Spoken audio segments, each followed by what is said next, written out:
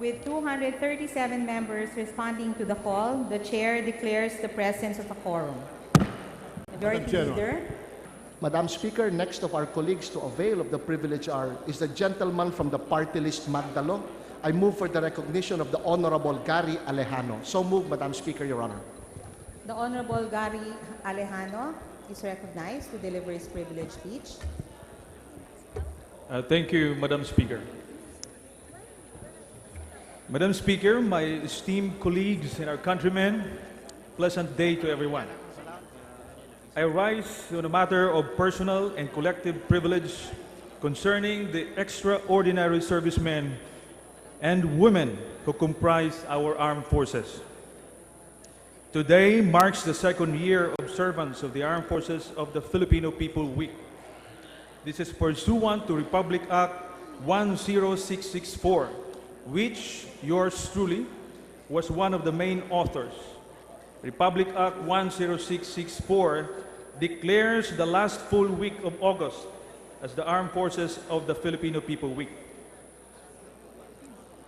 which also coincides with the celebration of the National Heroes Day. The Armed Forces of the Filipino People Week aims to honor the men and women of our armed forces who have relentlessly served our country and who continue to fulfill their mandate as the protector of the people and the state, secure its sovereignty and the integrity of its national territory. In this connection, my office has initiated a two-day event here in the House of Representatives in coordination with the Armed Forces Liaison Office, Office of the Deputy Chief of Staff, Armed Forces of the Philippines for Service Affairs J9, and the ARP Reserve Organization here in the House of Representatives.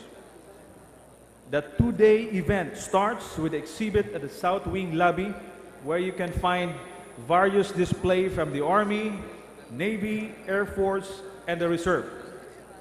The exhibit provides a window for the Filipino people, particularly the members and employees of Congress, on the life of our soldiers and the relevant updates in the Armed Forces Organization. Those who are interested in joining the Reserve Force of the Armed Forces may inquire at the booth of the AAP Reserve at the South Wing lobby. Members of Congress are entitled the rank of Lieutenant Colonel in the Armed Forces of the Philippines after complying with the requirements. A number of our colleagues here in the 17th Congress are actually members of the AAP Reserve. Former Speaker Sonny Belmonte joined the Navy, and the Majority Floor Leader Honorable Rudy Fariñas in the Technical Service, to name a few. Yours truly rejoined the Philippine Marine Corps, where I served for 13 years, wearing AAP uniform during the Armed Forces of the Filipino People Week is one way of expressing my support to the men and women in the service.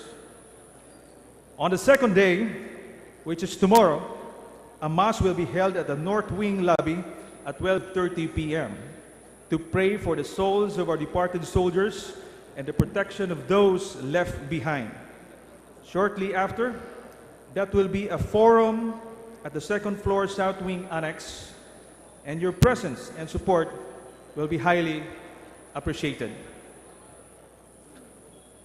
It was on a Saturday, December 21, 1935, that was 81 years ago, when the Armed Forces of the Philippines was born in accordance with the mandates of the National Defense Act of 1935, the purpose of which was to create an independent Philippine Army. At the time, it was called the Army of the Philippines, which includes not only ground forces, but naval and air assets as well. No other than the newly retired U.S. General Douglas MacArthur supervised the fledgling Army's foundation and training upon the request of then President Manuel L. Quezon. The early days of the formation of our armed forces have been incredibly difficult for our young Commonwealth nation. We have always been lacking in military equipment then as we are today. The shortage of weapons, ammunition, and basic military equipment, uniforms, medical facilities, military barracks for officers and soldiers, the list goes on. And yet, when the time to test the mettle of our armed forces in the crucible of war, our soldiers proudly held their heads high, for they fought gallantly with distinction, even if the odds tilt heavily against their favor. Yes, they lost the conventional war, but the fight did not stop there, because even before the surrender of Bataan and Corregidor, guerrilla units have already started to sprout from all parts of the country to resist and bleed the invaders. Akin pong narinig sa isang matanda na sa mga panahong bago at matapos ang World War II, isang malaking karangalan ang maging bahagi ng sandatahang lakas ng Pilipinas. Dagdag pa niya, mataas ang paggalang at pagtingin sa ating kasundaluhan. Ngunit ito ay nagbago na maging instrumento sila ng martial law. Hindi ko na kailang idetali kung ano ang nangyari. Pero ang dating tiwala ay napalitan ng takot at pagdududa. Ang dating paggalang ay napalitan ng pagkamuhi. Ang dating pagtanggol sa mata ng mamamayan ay naging manlulupig. It was a dark moment not only for the armed forces but for the history of our country. Certainly, that part of our history would serve as a lesson to the present generation. Today, in these equally trying times of relative peace, we can say with pride that the armed forces of the Philippines has significantly changed, and it proudly stands as one of the pillars of national security and development. In spite of the armed forces of the Philippines modernization program, the AUP remained wanting in material and equipment today. If fortune forsakes our soldiers, they will lose their life in battle or be incapacitated for life.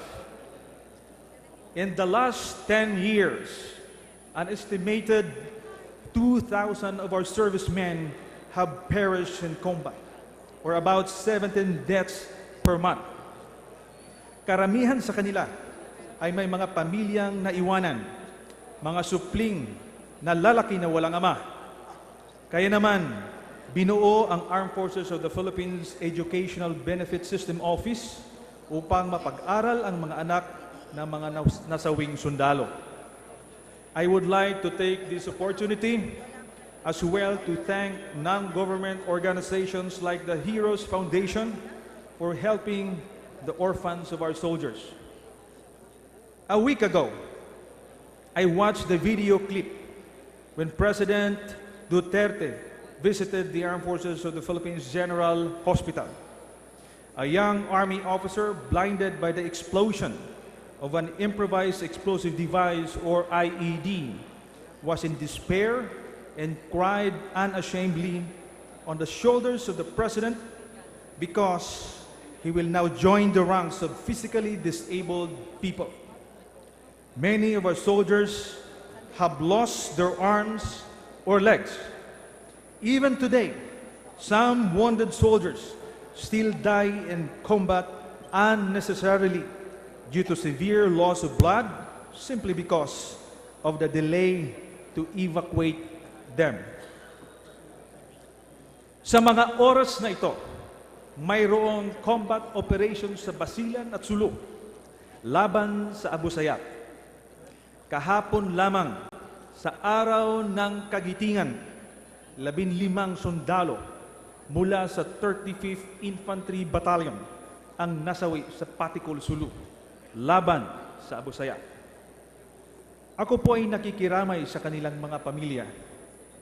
A number of soldiers have been wounded. Akin pong pinapanawagan sa ating Pangulo na bigyan pansin ang agarang lunas para sa mga sugatang sundalo sa pamamagitan ng pagtalaga ng helicopter o fast craft na nakaabang sa mga posibleng evacuation. Furthermore, government hospitals nearby should be equipped with necessary emergency equipment so that they can attend to wounded soldiers before evacuating them to far away Zamboanga Medical Facility. Meanwhile, those who are fortunate enough to survive the battlefield may appear physically well, but psychologically, they are heavily scarred and traumatized. Many soldiers who have experienced battle often encounter depression and trauma. This malady comes in many names. It was called war shock, shell concussion, combat stress reaction, survival's guilt, and lately, post-traumatic stress disorder, or PTSD. The sad news is that psychological briefing has not been part of government support for our soldiers who had experienced combat. Hindi po uso sa atin yan. Maaring sa ibang bansa, pwede. Pero dito sa ating bansa, hindi po natin ginagawa yan. Minsan, tinatawanan na lang po natin if some soldiers acted differently. Ito rin ang isang dahilan kung bakit ang ilang sundalo ay hinihiwalayan ng kanilang mga asawa. We gave our OFWs the honorific title, ang bagong bayani, because they brave foreign lands which are often hostile and unstable just to earn a decent living. They spend time away from their families to serve others. As a result, young children were left to grow without their father or mother, which often led to a dysfunctional family. The soldiers of the armed forces experienced the same issues as our OFWs. Our soldiers leave their families to bravely carry out their duties whenever and wherever they were assigned, whether their destination is high up in the mountains or in a desolate outpost such as the Spratlys, where on most reefs the sun is only about 2 to 3 feet above sea level, or on a rusty, crumbling Philippine Navy ship called BRP Sierra Madre, stationed at Ayungin Shoal to serve as an isolated Philippine Marine outpost, or on a leech-infested jungle in the middle of nowhere. Our soldiers are there to serve the nation 24/7. Talking of external defense, do we really need to modernize our armed forces since we will not anyway go to war with China? War with any country should not be our motivation in modernizing our armed forces to a level that is credible enough. Defense of our country is. The manner by which other countries treat us depend on the level of our defense and the determination to use that defense. The other term of that is deterrence. In the same vein, the government must prepare its citizens to respond to national emergencies, both natural and human-induced. And the time to prepare is not when the emergency comes, but now. Yan ang konsepto ng pagbubuo ng ating AFP research. Bahagi dito ang napapag-usapang pag-revive ng mandatory ROTC sa kolehiyo at universidad. Maliban sa pagbigay ng tamang kagamitan sa ating mga sundalo upang hindi lamang magawa nila ang kanilang mandato, kundi pati na rin itaas ang chances ng kanilang survival sa labanan. Responsibilidad din nating mga policymakers dito sa Kongreso na masiguro ang isang maliwanag na national security policy at strategy. National security strategy will lay down in clear terms how to achieve our national security objectives with our means available. National security documents which include national defense strategy and national military strategy, are important guide for us here in Congress, legislators, in making sure that programs and projects of the Defense Department are in line with the stated capabilities that need to be developed. This process has been hardly observed, which resulted to inconsistent and incoherent security strategies. I expect that the Duterte administration, through the National Security Advisor, submits these security documents to Congress. Patungkol naman sa ating mga veterano, nagpapasalamat ako kay Presidente Duterte sa kanyang pronouncement yesterday to release a total of 4.7 billion for our veterans. This is part of the 2016 budget, which is comprised of 3.5 billion for the total administrative disability arrears for widows of deceased World War II veterans and the Armed Forces of the Philippines retirees who are 80 years old and above. Malaking bagay po ito sa ating mga veterano.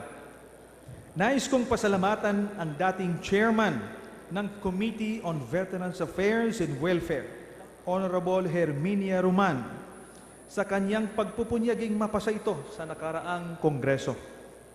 Ganun pa man, kailangang mahanapan ng kaparaanan upang maayos ang pension differentials ng malaking bahagi ng mga retirado sa serbisyo. As of now, the government still owes them around 20 billion pesos of pension differentials. Ito po yung increases ng kanilang base pay na hindi ibinigay sa kanila. That compounded through the years. At this juncture, I just would like to talk a little bit more on our chosen theme in the Armed Forces of the Filipino People Week celebration here in Congress. Honoring our soldiers, educating our people, inspiring our youth. Honoring our soldiers.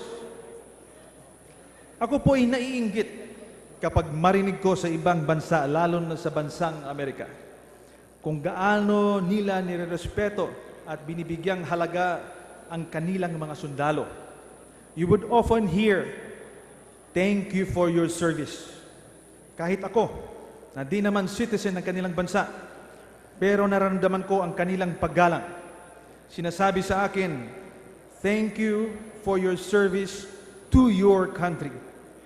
This is because they know how hard and dangerous it is to be in the military service. I understand that we have a different history than other countries. We as a people have no recent memory of any major war where we ended up as victors. That is why appreciation does not come easy. But I must say that there is a replete of heroic deeds by our soldiers since the Katipunan days to World War II and up to the present. Our people just have to know this, which led me to my second point, educating our people. It is said that we Filipinos easily forget. Many say we have short-term memory. Marami sa yugto ng ating kasaysayan nalimot na ng ating mga kababayan. Kasama sa ating nilimot ay ang mga nagtaksil at nagnakaw sa kaban ng bayan. Panapanahon lang daw. Yan ang sabi ng iba. Going back to the armed forces, many do not understand the mandate of our armed forces, the rationale why we have the armed forces in the first place. The armed forces exhibit here in Congress would somehow educate our people. The different military shrines all over the country are firm reminders of the sacrifices of our veterans.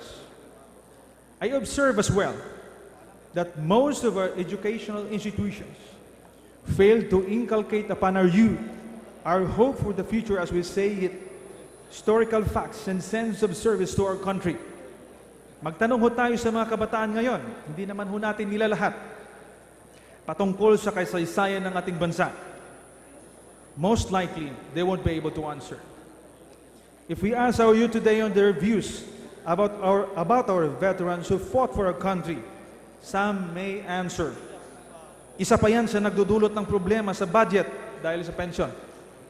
Very ironic. This led to my last point. Inspiring the youth.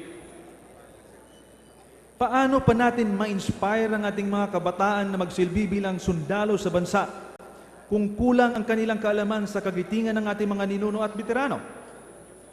Paano pa natin mahikayat ang ating mga kabataan kung nakikita nila na ang mga veteranong nagmamakaawang ibigay ang kanilang pension arrears mula sa bansang kanilang pinagsisilbihan?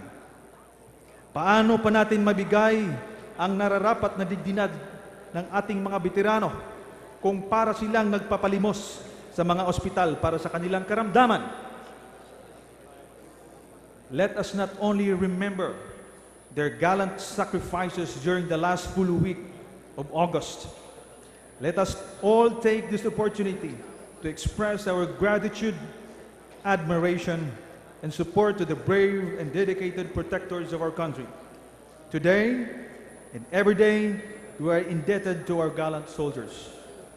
In closing, I would like to express my gratitude to the unwavering fidelity and sacrifices made by our veterans, the current and retired members of the Armed Forces of the Philippines, as well as their families. Ako po ay nagpapasalamat at nagpupugay sa inyong bilang isang mambabatas, bilang isang dating sundalo, bilang isang ama, at higit sa lahat, bilang isang malayang Pilipino. Maraming salamat po, Madam Speaker. Magandang hapon po. Madam Speaker, Majority Leader. Madam Speaker.